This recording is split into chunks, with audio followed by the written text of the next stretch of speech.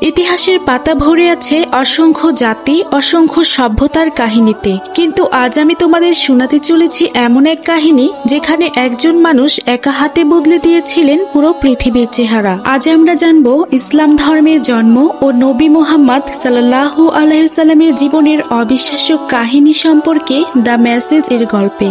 মক্কা একসময় ছিল বাণিজ্যের কেন্দ্র, কিন্তু একই সাথে মূর্তি পূজা, দাসপ্রথা আর অন্যায় ভরা এক সমাজ।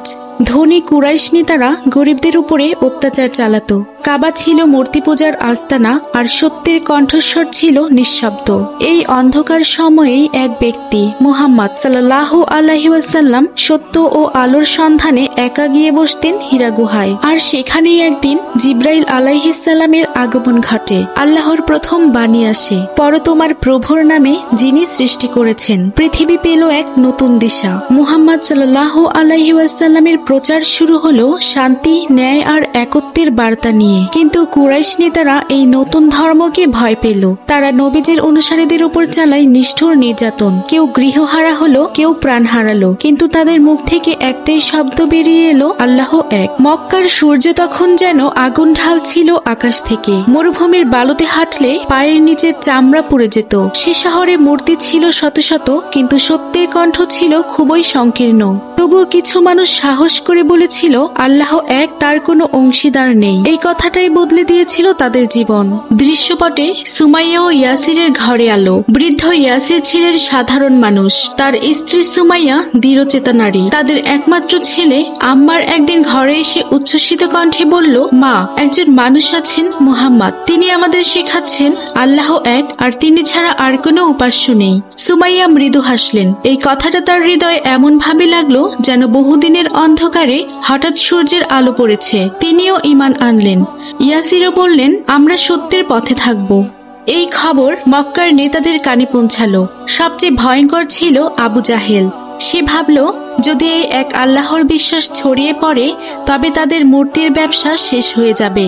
এক সকালে সূর্য ওঠার পর তারা টেনে নিয়ে গেল ইয়াসির, সুমাইয়া আর আম্মারকে শহরের বাইরে। গরম বালুর উপর ফেলে রাখলো। তাদের শরীরে বেতের আঘাত পড়ল বারবার। আবু জাহেল চিৎকার করে বলল, মুহাম্মাদের কথা ত্যাগ করো, বলো দেবতা লাত ও উজ্জা মহান। সুমাইয়া শ্বাস নিতে কষ্ট পাচ্ছিলেন, তবুও মাথা উঁচু করে বললেন, না, আল্লাহ এক, তিনি ছাড়া আর কেউ নেই। এক মুহূর্তের জন্য মরুভূমি থমকে গেল। আবু জাহেল ক্রোধে অন্ধ হয়ে তার হাতে থাকা বর্ষা চালিয়ে দিল সুমাইয়ার বুকে। রক্ত ঝরল গরম বালুর উপর, আর ইতিহাস লিখল, সুমাইয়া বিনতে খায়াত ইসলামের প্রথম শহীদা। অন্য প্রান্তে আরেকজন মানুষও একই সত্য গ্রহণ করেছিলেন। তিনি ছিলেন একজন দাস, নাম বিলাল ইবনে রাবাহ। গায়ের রং কালো, কিন্তু হৃদয়ের আলো ছিল উজ্জ্বল। যখন তার মনিব উমাইয়া ইবনে খালাফ জানলো যে বিলাল ইসলাম গ্রহণ করেছে, সে ক্ষুব্ধ হয়ে উঠল। সে চাইল এই দাসকে এমন শিক্ষা দিতে যাতে অন্য কেউ সাহস না করে আল্লাহ এক বলার। বিলালকে টেনে নিয়ে যাওয়া হলো মরুভূমিতে। তার শরীরের উপরে চাপিয়ে দেয়া হলো বিশাল পাথর, যেন শ্বাস নিতে গেলেও মৃত্যু পাশে এসে দাঁড়ায়। উমাইয়া চিৎকার করে বলল, বলো তোমার প্রভু লাত, তোমার প্রভু উজ্জা। বিলালের ঠোঁট শুকিয়ে গেছে, তৃষ্ণায় গলা পড়ছে, তবু তার কণ্ঠ থেকে বের হলো একটাই শব্দ, আহাদ, আল্লাহ এক। উমাইয়া ক্ষেপে গিয়ে চাবুক মারতে লাগলো। প্রতিটি আঘাতে রক্ত বের হলো, কিন্তু বিলালের মুখে বদল এলো না। আবারও সেই শব্দ প্রতিধ্বনিত হলো মরুভূমিতে, আহাদ, আল্লাহ এক। সেই এক শব্দে যেন বালুকণাগুলোও তাওহীদের সাক্ষী হয়ে গেল। বিলালের ওপরে এই নিষ্ঠুর নির্যাতনের খবর হযরত মুহাম্মদ সাল্লাল্লাহু আলাইহি ওয়াসাল্লামের কাছে পৌঁছালে তিনি আবু বকর রাদিয়াল্লাহু তাআলা আনহুর মাধ্যমে উমাইয়ার নিকট হতে অর্থের বিনিময়ে বিলালকে মুক্ত করেন। ধীরে ধীরে ইসলামের প্রথম সারির অনুসারীদের ওপর নির্যাতনের মাত্রা বাড়তে থাকে।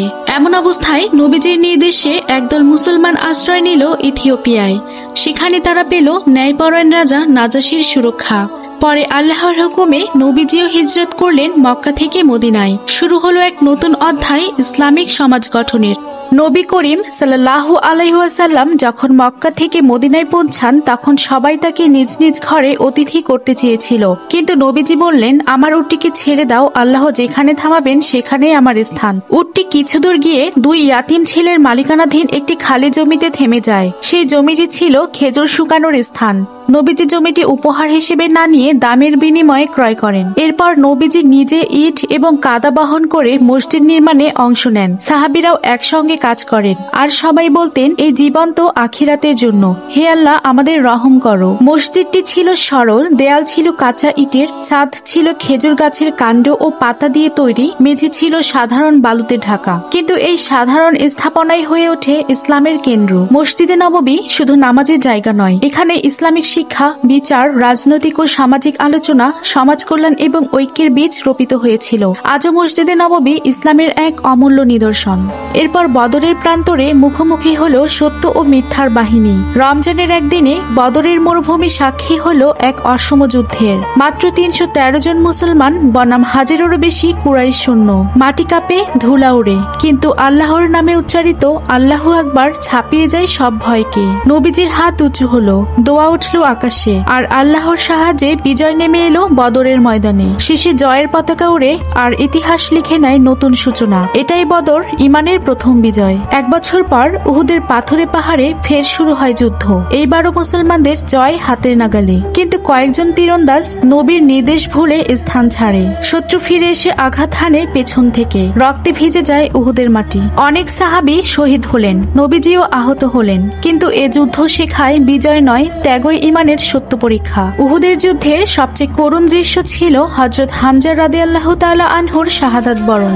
হযরত হামজা রাদিয়াল্লাহু তাআলা আনহু ছিলেন নবীজির চাচা এবং ইসলামের এক সাহসী যোদ্ধা। তিনি যুদ্ধক্ষেত্রে সিংহের মতোই লড়াই করেছিলেন। তার হাতে বহু কুরাইশ যোদ্ধা নিহত হয়। শত্রুরা তাকে আসাদুল্লাহ অর্থাৎ আল্লাহর সিংহ বলে ডাকত। আবারও বছর 2 পর শত্রুরা আসে 10,000 সৈন্য নিয়ে। মদিনা ঘিরে পড়ে ভয় আর ক্ষুধায়। তখন সালমান ফার্সির পরামর্শে রাসূল সাল্লাল্লাহু আলাইহি ওয়াসাল্লাম বলেন, চলো খন্দক খুঁড়ে নিজেদের রক্ষা করি। ঠান্ডা বাতাস, ক্ষুধার যন্ত্রণা, তবুও কাজ থামে না। রাত্রে সাহাবীরা বলে, আল্লাহ আমাদের সঙ্গে আছেন। শেষে এক ঝড় আসে আর শত্রুরা পালিয়ে যায়। এভাবেই মুসলমানরা রক্তপাত ছাড়াই বিজয় পায় খন্দকের এই যুদ্ধে। বছরের পর বছর নির্যাতন সহ্য করার পর নবী মুহাম্মদ সাল্লাল্লাহু আলাইহি ওয়াসাল্লাম বিজয়ী হয়ে ফিরলেন মক্কায়। কিন্তু প্রতিশোধ নয়, তিনি দিলেন ক্ষমা। কাবার ভেতরে থাকা সব মূর্তি ভেঙে দিলেন। ঘোষণা করলেন, সত্য প্রতিষ্ঠিত হয়েছে, মিথ্যা বিলীন হয়েছে। আরাফাতের ময়দানে নবীজির শেষ খুতবা, হে মানুষ, তোমাদের রক্ত,